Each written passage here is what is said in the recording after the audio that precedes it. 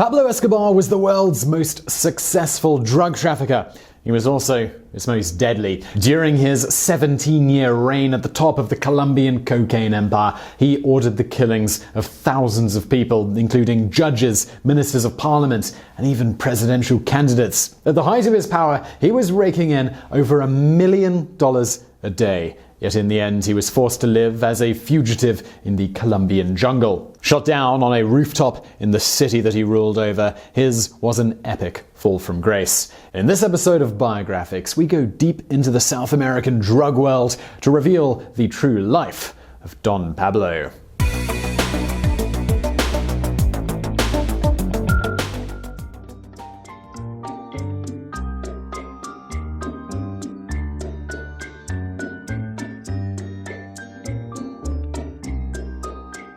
Pablo Emilio Escobar Gaviria was born on December 1, 1949 in the small town of Rinegro, 45 minutes from Medellin, Colombia. His father, Abel, was a hard-working, humble cattle farmer, while his mother, Hermilda, was a schoolteacher. Pablo, the second of 7 children, was raised in a middle-class environment in a community that was fueled by the cocaine and marijuana trade. Although not everyone directly participated in the drug business, they all had a powerful incentive in the protection of those that did. The violence that was part and parcel of enforcing the narcotics trade was all around them. Before starting school, the family moved to Envigado, a small village just outside of Medellin, so that Hermilda could establish an elementary school there. Abel sold the farm and took up a job as a neighborhood watchman.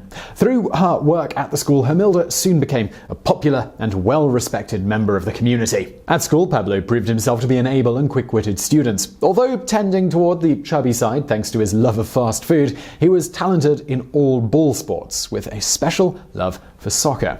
Many of his teachers were involved in social causes, especially the struggle for class equality, and they became very powerful influences on the young Pablo. By the time he was in his early teens, Pablo was attending street rallies and participating in such activities like throwing rocks at the police. Pablo became part of a youth culture movement known as Nadaismo, which encouraged young people to thumb their noses at the established order. They were to do things like disobey their parents and write their own rules. Part of this counterculture movement involved experimentation with drugs, leading the 13-year-old future drug kingpin to develop an addiction to marijuana, which would never leave him.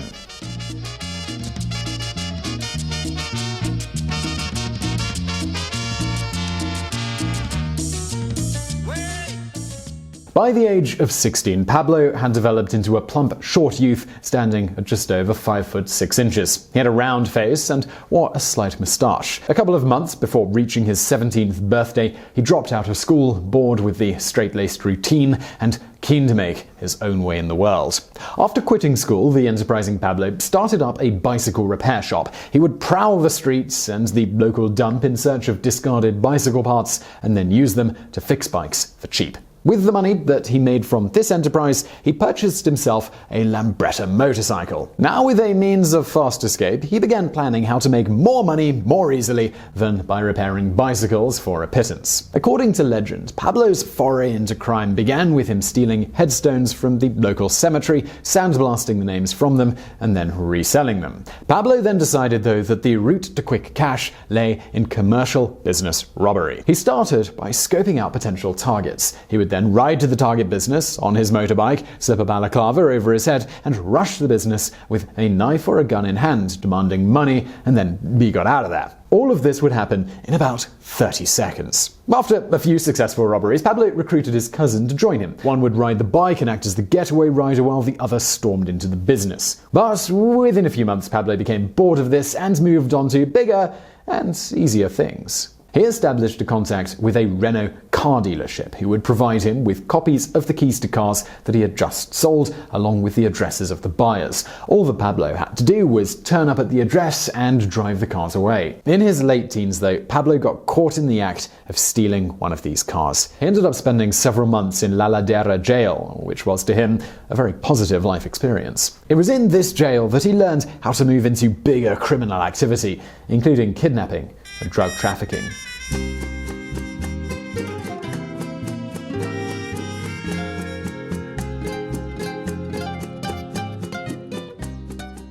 Once back on the street, Pablo and his cousin Gustavo went right back to stealing cars. They built up a collection of stolen engine parts, which they would sell off bit by bit. The pair then took to building race cars, with Pablo competing in local events. Pablo and Garcia weren't the only ones stealing cars in Medellin, though, which led to an extension of his operation. He decided to also sell protection, so that people would pay him to ensure that their car did not get taken. Pablo was able to provide such a service because he had developed a reputation as an unpredictable and violent young man. If anyone owed him money, Pablo would hire a local thug to kidnap that person. He would then ransom him for whatever was owed to him. From time to time, he would even have that person killed when the ransom was paid, simply to engender fear in those he dealt with. Before long, Pablo decided to specialize in kidnappings for their own sake. Along with his cousin and future brother-in-law, he nabbed a rich businessman by the name of Diego Echeverria. This man was intensely disliked by many of the poor workers in Medellin who were being laid off in droves by industrialists like him. Despite the family okaying the $50,000 ransom demand,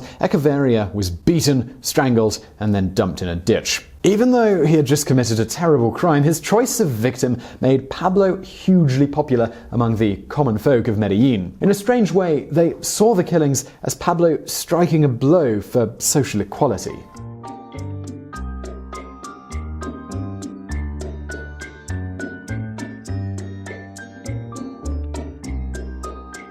So, in 1971, the 22-year-old Pablo began working for Medellin-based contraband dealer Alvaro Prieto.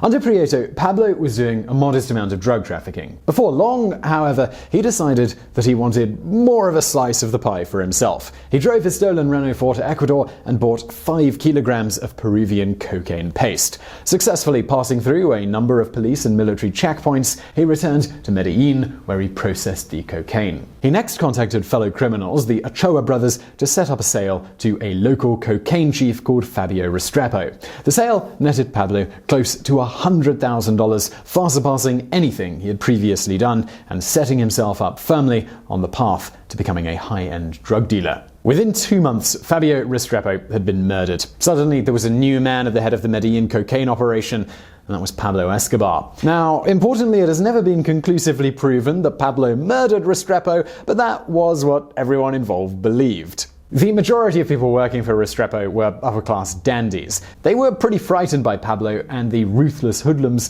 that he surrounded himself with. Shortly after muscling his way to the top of the Medellin cocaine syndicate, Pablo married 15-year-old Maria Victoria Helena Vallejo. So now Pablo, he was 26 years old, he had a wife, he had wealth, and he had power. It really seemed like the sky was going to be the limit.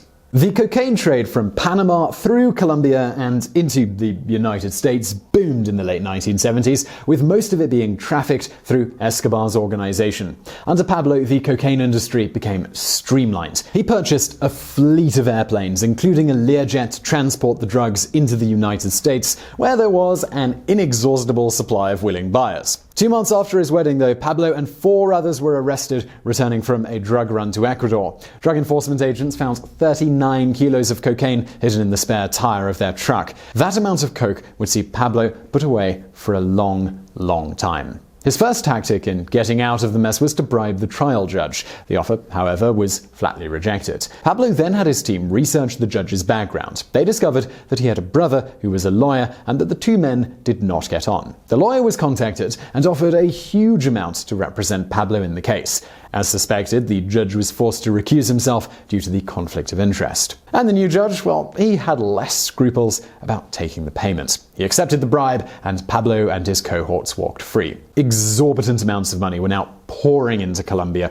with deposits in the country's 4 major banks doubling between 1976 and 1980. Pablo was then able to use his millions to take possession of every step of his operation, traveling to Peru, Bolivia, and Panama, and buying up all the cultivation farms and processing plants. He was also able to buy off enforcement agencies in every country, developing a ruthless policy which came to be known as silver or lead. If officials didn't accept his bribe, they could expect to end up dead.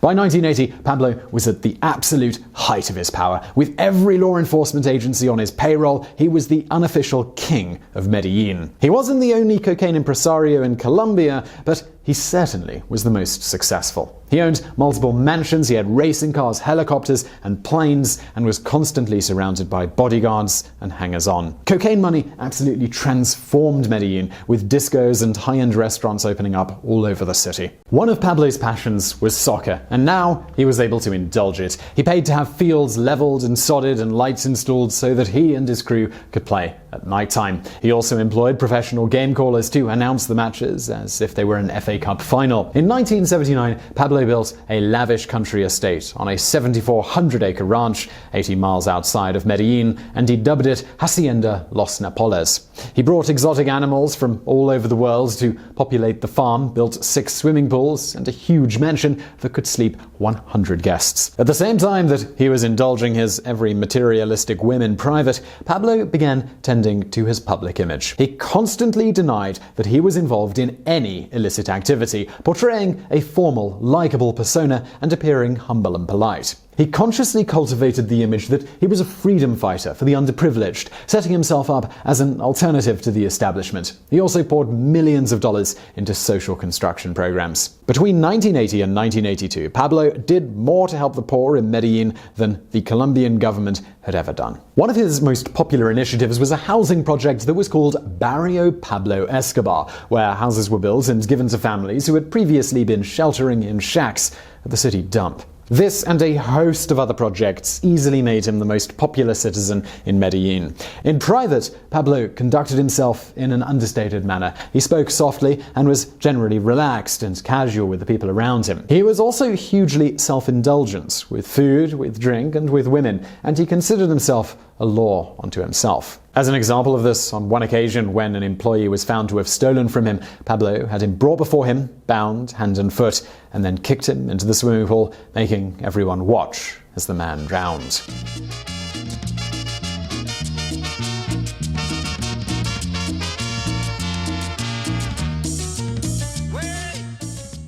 With his popularity among the masses firmly established and his dominance over his empire assured, the next logical step for Pablo was politics. His path to legitimate office began in 1978 when he was elected as a substitute city councillor in Medellin. In 1980, he gave his personal and financial support to the formation of a new national political movement, the New Liberal Party. Then in 1982, he ran for and was elected to Congress, albeit as a substitute who attended when the primary delegate for Medellin was unavailable. A major perk of being elected to Congress was that now Pablo had judicial immunity, meaning that he could not be convicted for any crime under Colombian law. The position also afforded him a diplomatic visa, which he made use of to regularly take his family on trips to the United States. On one of these trips, he purchased an $8 million mansion in Miami Beach, Florida. So Pablo now had political legitimacy to go with his massive wealth. And the next acquisition he made was a personal army. When a friend of the family was kidnapped by M19 guerrillas, he created a private militia to hunt down these rebels. Pablo's army was known as Death to Kidnappers. So Pablo's wider exposure as a result of his political office, well, it was the beginning of his downfall. In Medellin, Pablo, he was viewed as this Robin Hood figure, but when he tried to gain the favor of polite Colombian society, he was not welcomed. They viewed him as what he really was, a ruthless cocaine king with absolutely no scruples. When he turned up to take his seat in Congress as an alternate for the first time on August 16, 1983, with a bevy of bodyguards in tow, he was first denied entry for not wearing a tie. He quickly got hold of one and swept into the packed chamber. He slumped down in his allocated seat and began nervously to bite his fingernails. Immediately, the chamber president stood and demanded that all bodyguards be removed from the chamber. Pablo nodded, and his thugs left the room. Within minutes, Justice Minister Rodrigo Lara was on his feet, defending a claim of corruption that had been brought against him. Lara pointed his finger at Pablo and stated, "We have a congressman who was born in a very poor area himself. Very, very poor. And afterwards, through astute business deals in bicycles and other things, appears with a gigantic fortune with 9 planes, 3 hangars at the Medellin airport, and creates the movement Death to Kidnappers, while on the other hand mounts charitable organizations with which he tries to bribe a needy and unprotected people." And there are investigations going in the United States, of which I cannot inform you here tonight in the House, on the criminal conduct of Pablo Escobar. Now, Pablo said nothing in the House, but when he left, he was besieged by reporters. Breaking free, he stormed off. Through his lawyer, he informed Lara that if he did not present evidence of his claims within 24 hours, he would face legal action. Lara willingly obliged, and in the coming days the newspapers were filled with all sorts of revelations about Pablo's criminal activity.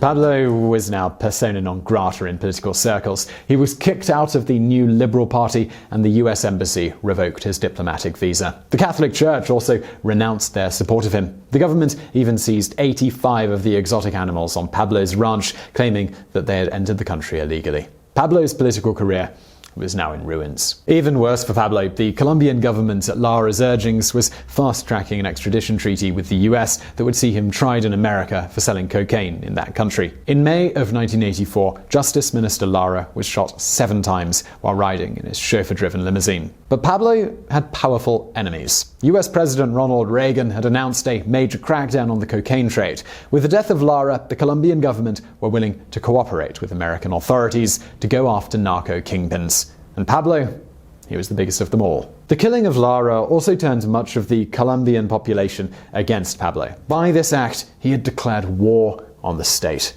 For Pablo, the heat was too much to bear, and he skipped the country, taking a helicopter to Panama City. Yet, despite being offered asylum in Panama just the year before, Pablo and his cronies were not welcomed by the authority. After just a few weeks in exile, Pablo, he was desperate to get back home. He made overtures to the Colombian government, drafting a proposal whereby he would go straight and use his massive influence to rid Colombia of drug trafficking, provided that he could retain his possessions in Medellin and that he would be exempt from arrest or extradition to the United States. This offer, though, it was roundly rejected. When the Panamanian army raided one of the labs that he had situated on the Colombian border, he fled Panama for Nicaragua. Meanwhile, he was hearing that his absence from Colombia was undermining his control of the Medellin cartel. The kidnapping of his 73-year-old father, well, that was a step too far. Pablo ordered a killing frenzy throughout Medellin. Dozens of suspected kidnappers, they were just gunned down. Finally, they gave in, and Pablo's old man was released with no ransom ever being paid.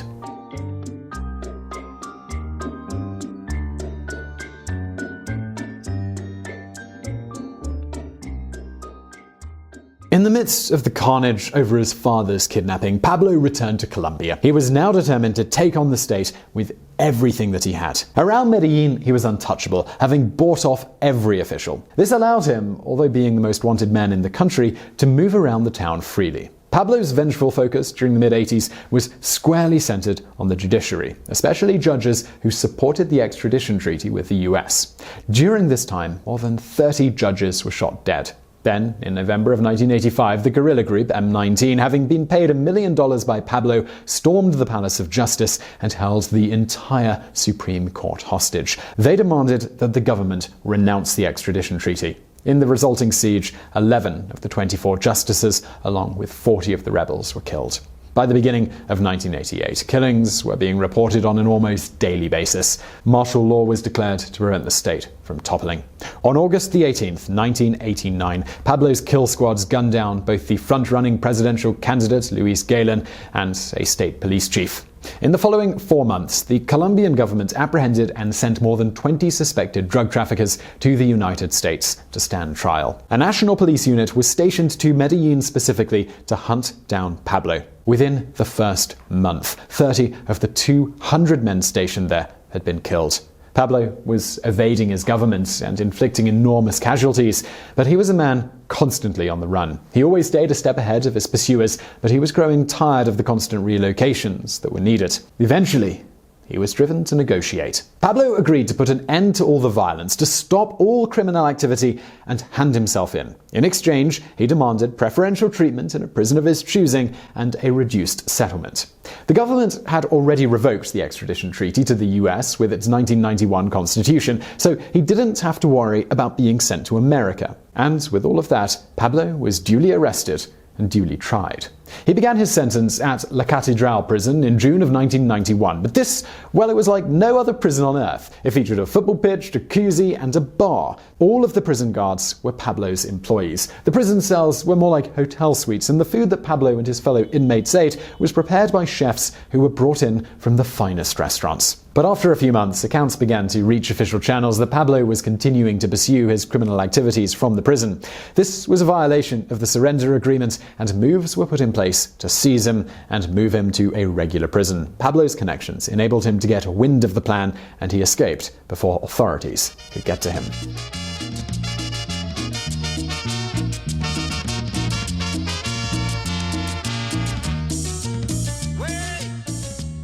The hunt for Pablo is back on, but now the US and Colombian authorities were joined by a vigilante group known as Los Pepes, which stood for People Persecuted by Pablo Escobar. Los Pepes carried out a ruthless campaign, killing as many as 300 people who were connected to Pablo and his organization. Following his escape, Pablo was constantly on the run. Most of his closest associates were dead, and his organization was totally falling apart. He was spending nights sleeping in the jungle, afraid to speak on the radio or even to answer the phone. Finally, though, fate caught up with Pablo Escobar on December 2nd, 1993. Members of a Colombian search block team had tracked him down to a house in Los Olivos in Medellin via radio intercepts. The search block team smashed through the heavy steel door with a sledgehammer, whereupon 6 of them rushed into the house. It was then that the shooting started. With Pablo in the house was his most loyal bodyguard, known as Limon. They both bolted from the front room and made their way up onto the roof. The 6 search block members, along with others outside, poured a massive barrage of gunfire at their targets. Limon was hit several times in the back and toppled to the ground below. Then Pablo went down. He was struck several times in the leg and torso, but the fatal shot penetrated his skull. On confirming his target, the leader of the operation spoke excitedly into his radio. "Viva la Colombia! We have just killed Pablo Escobar." But had they? Pablo had always told his family that if cornered, he would commit suicide by placing a bullet in his skull. Many people believe that he did so, once more escaping the clutches of the Colombian authorities. So I really hope you enjoyed that episode of Biographics. If you did, there's a couple of things you could do right now. One is hit that like button below. Also, if you want more stuff like this, we put out brand new videos every Monday and every Thursday, so hit that subscribe button below. And subscribe button doesn't do what it used to on YouTube. If you actually want to get a notification about these videos, please do hit that bell button next to the subscribe button, and that'll send you a notification every time, every Monday and Thursday when we put out a new video. Also, if you want to watch something else right now, stuff from the archive over there on the right. And as always, thank you for watching.